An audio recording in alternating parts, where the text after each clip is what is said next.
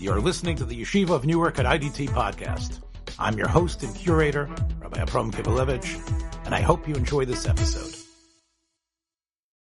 Clear the aisles. The Projectionist Has Semicha. Hi, I'm here with Rabbi Kolakowski, and we're here to talk about some options for you as you are perhaps getting ready at this time of the year, this season of Christmas feel-good movies. And of course, we aren't here to bash those movies.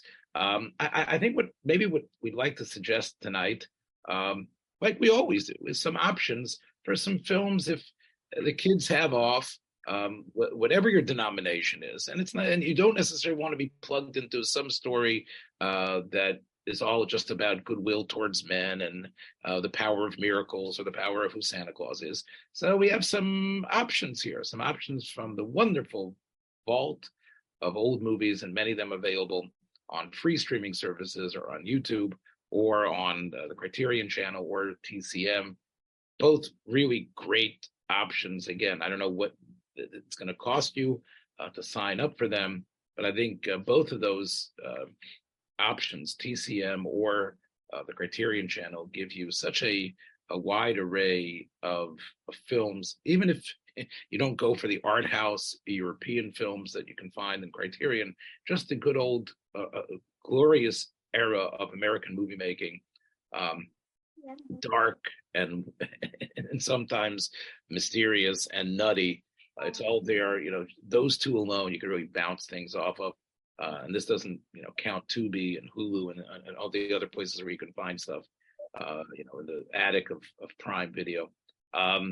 So, Yitzchak, I know there was something that a film that you rewatched that you thought was a good companion piece to what we were talking about last week, and somewhat of a lot of fun. So let's talk about your film first.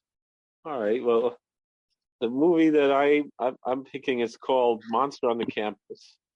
It's again, we're going back to Universal in the 50s. Universal International at the time was how they called it, and Jack Arnold seemed to be a very prolific director of a lot of the more classic science fiction and monster movies of Universal in the 1950s. So he did The Creature from the Black Lagoon. He did.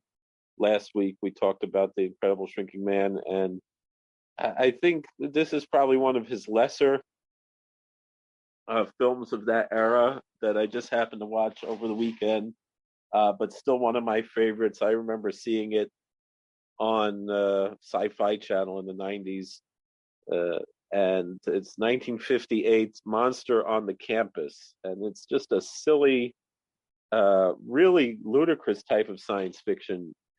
That's, I think, what gets me out from this movie is not only is the acting much, really subpar, but I was always, especially when I was younger, a stickler for, the scientific explanation of how whatever fantastic kind of thing took place.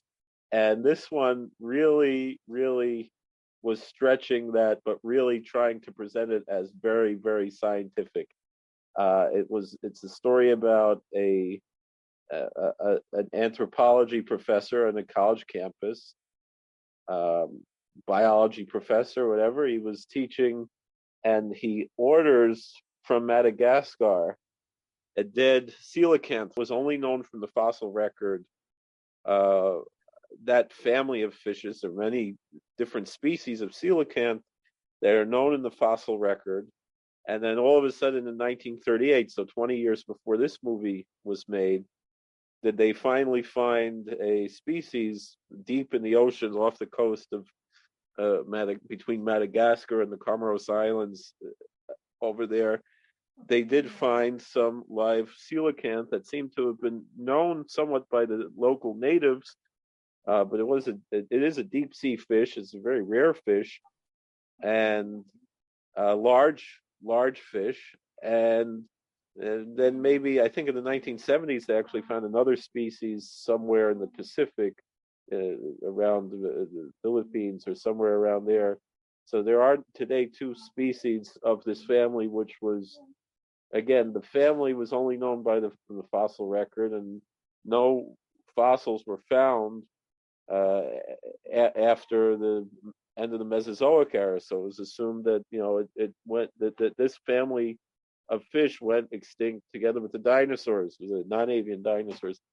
And then it was discovered, like I said, in the 1930s. So a lot of, especially people who like conspiracy theories and maybe young Earth creationists, like to point out, look, if this species survives 65 million years without leaving anything in the fossil record, maybe there are other, maybe first of all, there these idea of these millions of years might not be so, and then also we might find other things like there are legends of various types of animals in Africa that seem to sound like they could be some kind of dinosaurs or something, and people like to enjoy these types of stories. The truth of the matter is, though, the species did evolve over years. It's just that this line was the one that survived from that. It's a coelacanth that's really a preserved fish from millions of years ago, right? No, he has one that's a current one, but the chap that was only revealed halfway through the movie is that when they shipped it from Madagascar for it to make it to America, no, this was a contemporary fish, not an actual fossil, but just what's usually the another term that's used is a Lazarus taxon, is that this was a species or genus or family that was considered to be extinct, and then they found that taxon, again somewhere where they didn't know it existed before, and it was resurrected, like the Christian story of Lazarus. But the term living fossil is a term that gets thrown around, but it's not really an accurate term, because it's like I said, the fish did evolve. This is a different species than lived millions of years ago, or the two species that we know today are different. But in the movie, the way they play it up is that somehow there's some mysterious force that's keeping this one animal from evolving.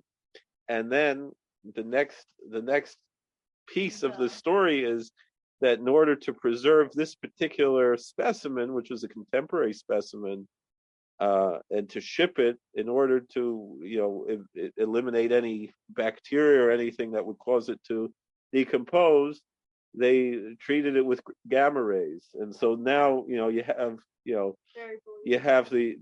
radiation aspect, like we saw from the radiation comes in, and so that just explains any radiation just does everything. In the 1950s monster movies, it makes Godzilla, it wakes up the beast from 20,000 Fathoms, it shrinks the Incredible Shrinking Man, it grows the Amazing Colossal Man, and here it actually it causes de-evolution by I don't know if Mark Mothersbaugh was maybe inspired by this movie, but so this specimen actually turns into a sort of a primitive fish from supposedly millions of years ago, right? What happens in the movie is that anyone who's exposed to the blood of the fish, there are three beings that they themselves de-evolve because of exposure to the radioactive coelacanth blood. So one is a dog. One of the students has a pet dog, and the dog turns into some kind of a saber-toothed wolf. The one is a dragonfly that turns into Meganeura, so that's really pushing back to the Paleozoic era. Even though they say it's from 50 million years ago, it's actually something would be, I think, 250 million years ago. And then this Arthur Franz, the professor in the movie, he turns into some kind of a Neanderthal caveman, and he kills a few people. And that's the mystery, is that it's not a mystery to us because we see it all happening. but the police, they find these fingerprints and handprints and footprints, and they know it's not him, even though it is him, because he kind of like that Jekyll and Hyde Yeah, trope. is he able to turn back to a not a non-Neanderthal, or does he? Yeah, yeah, yeah. It's almost like the Wolfman type of transformation. He stays like this caveman creature for maybe an hour or so, and then he kills someone, and then he wakes up and he turns back to himself. Not only that, but we saw the dragonfly turns after he kills the dragonfly as a giant. It shrinks down to a normal dragonfly size. Wow. So, sounds like you say this film is a lot of fun. Is it hokey? Is it funny? It sounds pretty violent. Is it the type of thing that nobody really takes seriously? It is a very violent, gory movie to be attracted to the professor, and he winds up killing her, and but he's not really interested in her.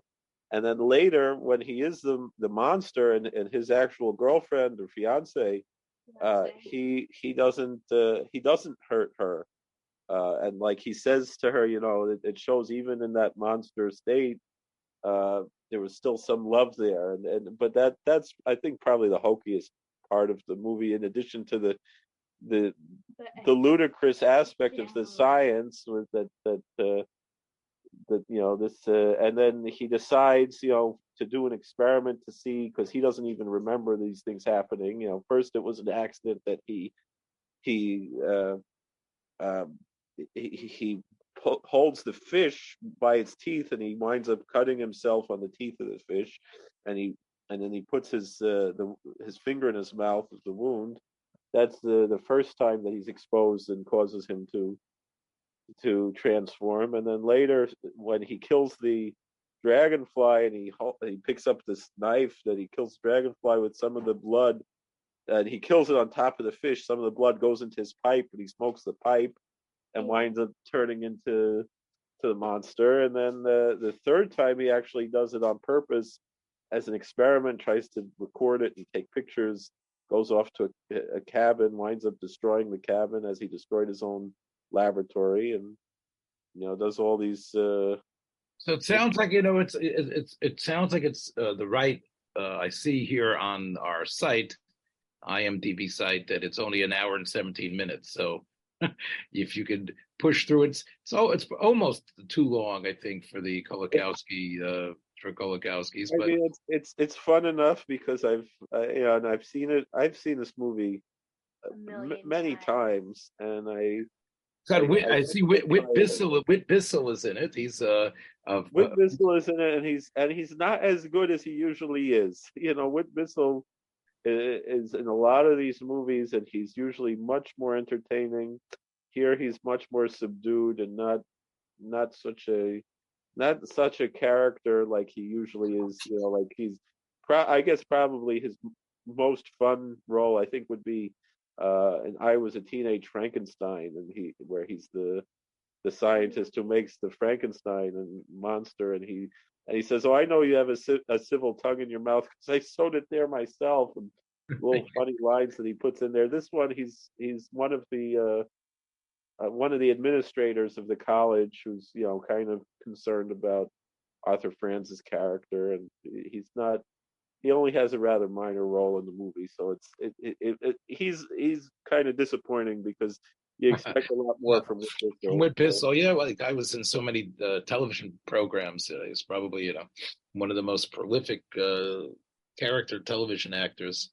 Had a sense of being a real person, like we've talked about a number of times here. So that's a interesting choice, especially as you say, it has some similarities to what Jack Arnold's film of the year before, of The Incredible Shrinking Man, but nowhere near the pathos and important message for humanity. Yeah, I think that's what's just so surprising, is that because he just a year later he goes to this real schlock after doing something really so sublime. Listen, everybody has their great day, that great moment. That doesn't mean that they can replicate that. I don't know if it's fair to hold him to that. But as you say, he still has the craft and technique to produce something. Hollywood are hit and miss. I've talked about Gentleman Jim, which I think is a great biopic of Jim Corbett, and I think it's one of the best uses of Errol Flynn. This is a biopic that surprised me about how good it was. 1935's Annie Oakley, directed by George Stevens. George Stevens, of course, did a number of great films. Giant, A Place in the Sun,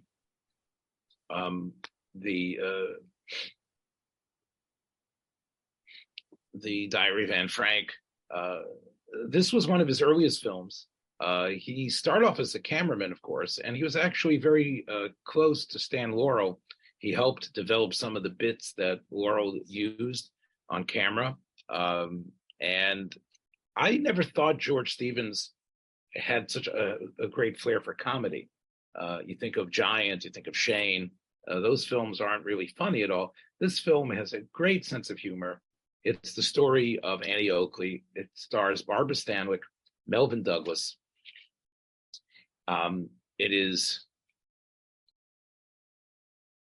It also has Preston Foster, who I wasn't that familiar with. He has a very important role here. He plays sort of like the male lead. There is an actor I wasn't familiar with, Maroni Olson, who plays Buffalo Bill. It has a number of great little supporting actors and actresses. Andy Clyde was in a whole bunch of different westerns.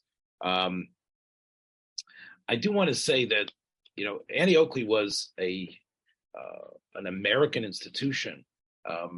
She died only a number of years before this film was made, and of course, most people are familiar with Annie Get Your Gun, which was a musical that was based on the life of Annie Oakley and the Buffalo Bill Wild West show.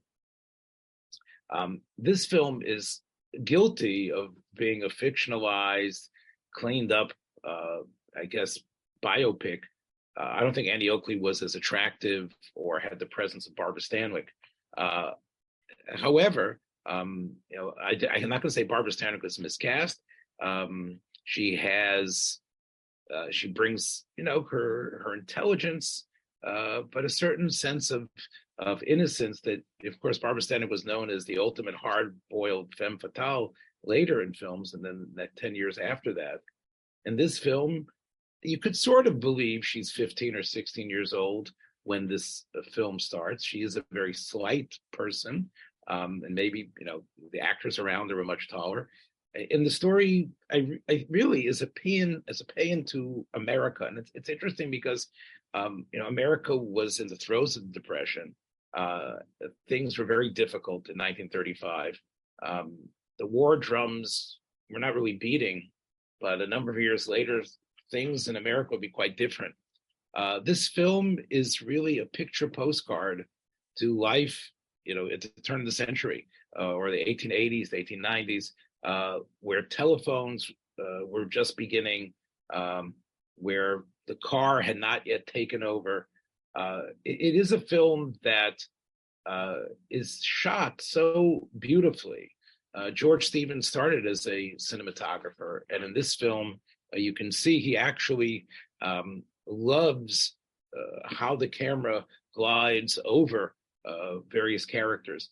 He has a judicious use of close-ups, and he pokes fun at Buffalo Bill's tresses. As you know, Buffalo Bill had long hair like a Rebbitzin, like a Rebbitzin Shaitel, going all the way down, and how vain he was about that.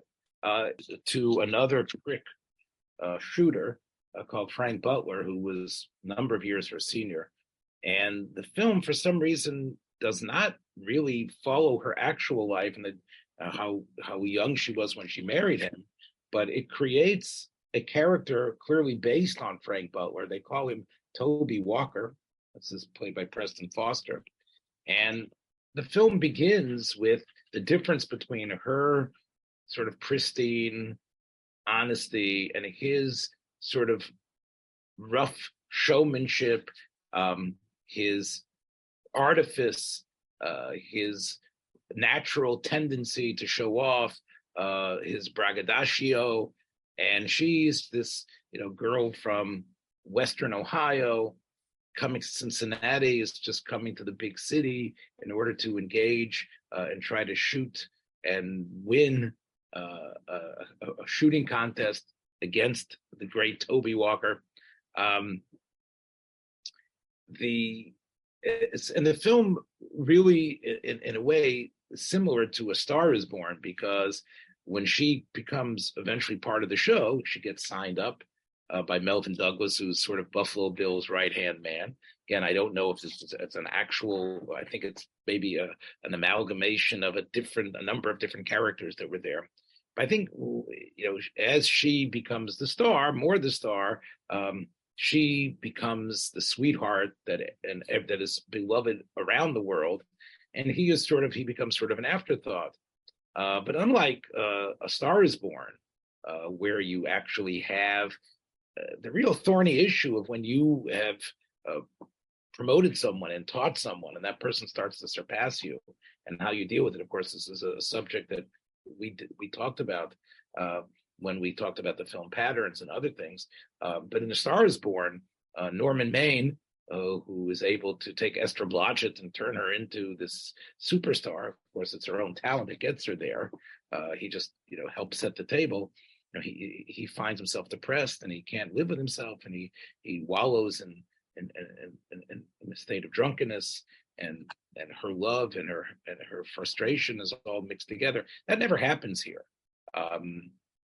There is people don't like Toby, but you get to see that he really is a decent person. He sort of switches his character a third into the film. And part of the dynamic of the film is that only Annie knows that he isn't just this braggart, that he is trying to help her, that he does appreciate her, that he even is willing to admit, and he knows that she's a better shot than he is, and that she's able to she's better than a gun than he is. But nobody gives him a chance because everybody believes his phony persona. The film is similar in some ways to George Stevens' other film, Giant. Now, those of you that can sit through Giant, I don't think the Kolakowskis can, because it's about 3 hours plus. But if you sit through Giant, you realize that the theme of the film is really racism. It's about the greatness of Texas and what America stood for in the American plains and that ideal, but it's also about the cost that ensued, the cost of putting down the other people that had lived in that land. In terms of Texas, it's about the Mexicans who are played in a very subservient way and who are dismissed. Dennis Hopper, who plays Rock Hudson's son in Giant, falls in love with a Hispanic girl, and the film tries to really emphasize the ugliness of prejudice. I've said in other discussions, maybe even with you, Yitzchak, that what was really simmering was not so much anti-Latin feeling, but was anti-Black feeling. And I think George Stevens was using this as somewhat of a metaphor. Here in this film, what he does is really emphasize how terrible the hatred is against the American Indian and how unfounded it is. One of the main characters in the film is Sitting Bull. It was played by an actor who I don't know if he was actually using the proper dialect of that tribe, of the tribes, but his name was Chief Thunderbird, and he was definitely a person who was from he was a Native American, and he plays this role in some ways for laughs. In some ways, it's a film where you sort of make fun of some of the attitudes and the mores of the Indian, but nothing like Hollywood's ugly part.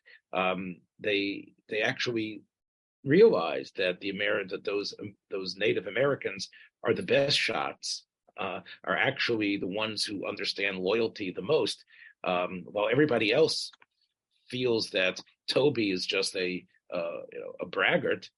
Sitting Bull knows he's not, because what happens is in a very moving scene, they're going back. The Wild West show is touring in Cincinnati, back where Annie got her start, and there's someone who's from the Ohio Plains whose brother was killed at the Battle of the Little Bighorn, and he wants to take revenge on Sitting Bull, and he wants to assassinate him. And I don't know if this is true. It might have happened something like this. And as he was trying to shoot his firearm, Toby, this character, realizes what's going on, and he puts his hand and his face right where the bullet escaped from the pistol, and the flash of light of that bullet ends up causing severe damage to his eyes, which makes it impossible for him to be anything like the shot that he used to be. But he hides this. He doesn't tell people about it. When he then has became part of the act to have the battle of the sexes, so to speak, between Annie Oakley and the act, he, of course, can't shoot the way he used to. And it becomes a suspicion that he actually tries to shoot her on purpose and to shoot her one of her trigger fingers. And they think that he did that on purpose because he was jealous of her. And of course, Annie is the only one who believes that there's some sort of accident going on, and etc. Again, it's a little bit of melodrama that I'm sure is based on nothing, just in order to get this film moving. Photograph of Cincinnati, and in order to get the right shot, considering how primitive photographic techniques were, you had to stay still for quite a bit of time. Whereas by 1935, the old people in the audience remembered that, but the young people were coming to it didn't realize what things were like when you used to have to take a picture. And there's a wonderful scene about a minute and a half long as everybody's staying still in order for the photograph to be taken. And of course, there's a fly that's buzzing around someone, and people are trying to assume the best possible pose in that frozen position. And of course, George Stevens, you can see that not only that scene, but throughout, the incredible attention to detail that he has. I mean, the film in some ways is like a movie within a movie, because you get to see why the Buffalo Bill was such an incredible showman, and why this Wild West show was so popular, trying to, in many ways, I think as Robert Altman developed in his film about Buffalo Bill and the Indians, how this was a fiction. Really what was happening at the end of the 19th century was, because of the leisure that the Industrial Revolution was granting so many Americans, they were able to spend money on these type of entertainments that sold them a fictionalized version of the West, and which is what people wanted to see. Everybody wanted to see the Wild West, and Buffalo Bill was going to package it. He was going to package it not based on the gritty ugliness and terror that occurred and the suffering, but rather in some sort of super duper, like, incredible trick riding, trick shooting. And Stevens gives you that. He gives you a many acts.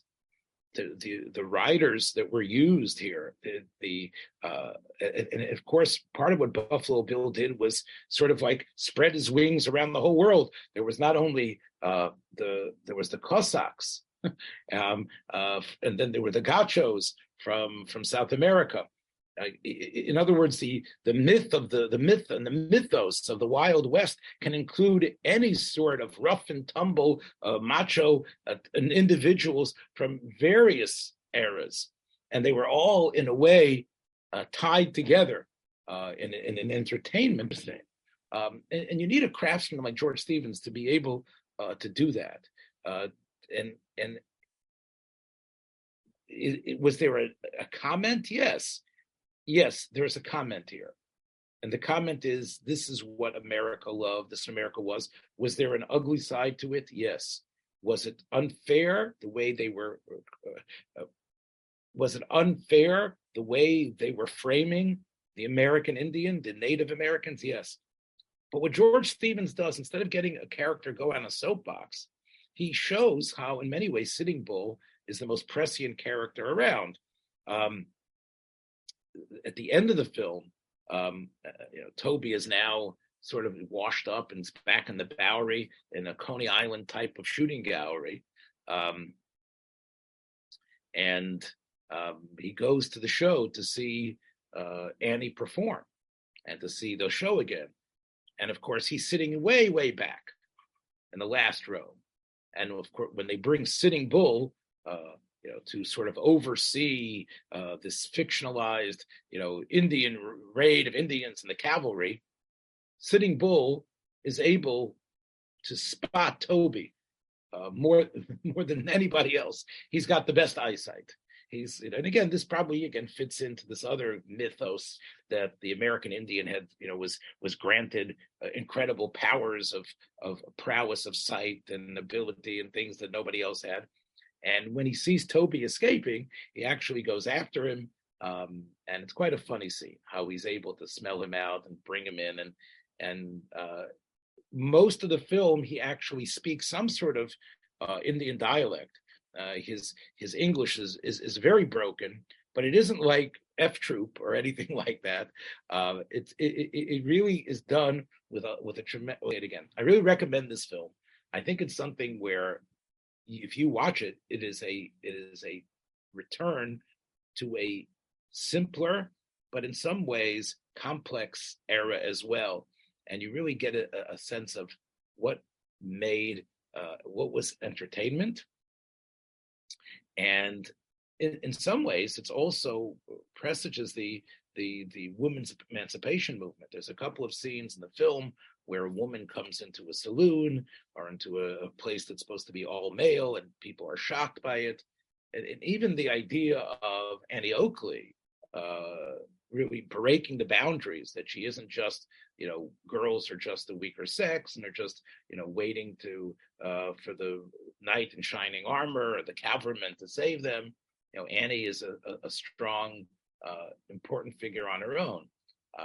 And as much as everyone wants to protect her, she understands as well what is the real truth, and that comes with her eyesight and her precision with a rifle is also her understanding of human beings. So in some ways, it actually elevates not just women's intuition, but women's understanding. At the same time, it strikes a tomahawk blow against ugly racism, and maybe even to reconsider that mythos that people like Buffalo Bill and others tried to propagate. I was growing up, every kid wanted a gun. It's really also in a period where today it's a subject which, because of the excesses of a lot of crazy people, and because of some terrible things that have occurred, and maybe because of the violence that has engulfed our country, it's hard to make a film that extols rifle shooting and gun shooting and people that are incredible shots. But I think watching this film, it reminds you of what that these weapons, which of course can wreak havoc and are terrible, but they were also the source of the image of America. And I think gives you a sense of understanding of why there is such passion about trying to outlaw rifles and other types. So Stephen should be given a tremendous shikoyach, because he was the official photographer for the U.S. Army and the liberation of the concentration camps. It was his footage of whether it was Bergen-Belsen or Auschwitz, of the mass graves of the Jews that were there. He photographed it. He filmed it, and the pieces that he filmed of that stand as such a blatant denial to anything that the people who suspect the Holocaust was a hoax. It definitely changed George Stevens after his stint in the army. He was actually worked in the Signal Corps, and you know what that is, Yitzchak. That is really that area of the army that was involved in filmmaking. And he, along with, there were other Hollywood directors too that that were decorated. But I think Stevens is really one of the standout people who, in terms of filming, Capra, of course, and others. I think Stevens stands out, especially because of the importance of the footage. He also was able to, it was his footage, that's the only footage that we have, color footage, by the way. You said that, in real life she was married to Frank Butler, and part of the story of how they met, even though, like you said, he was much older than her, was that she beat him in a shooting match. Was right. That also part of the movie? That was so again, that is in the film. But in the film she loses. She loses on purpose because he's so pretty. And she doesn't want him to lose her job. And her mother says to her, Annie, you don't want Margaret Armstrong, who plays his mother, you don't want that young, nice man to lose his job, do you? No, Mom. And she does something she never did. She misses on purpose. So again, the film didn't happen in real life. In real life, she beat him. In real life, she beat him. Yes, but I read somewhere that Barbara Stanwyck, who I remember growing up as, of course, Mrs. Barkley in the Big Valley. She was the matriarch, and I think if you remember, when Tom Shabilla was on our show, we talked about the importance of the Big Valley, and she was the last name on the credits, and starring Miss Barbara Stanwyck, so I read somewhere that Annie Oakley, which is basically a Western, was her first foray into Westerns, and it was a genre that she really enjoyed, and she was, as I said, an actress who really spanned many eras. I wouldn't say that this is one of her great acting gigs. She doesn't need much range here, but she's quite effective. And like I said, all right, my friends. So those, I think we've take your time, watch your step on the way out. We'll catch you next time. Thanks for joining us for another episode from the Yeshiva of Newark at IDT Podcast. Be sure to subscribe on your favorite podcast app so you don't miss a single episode.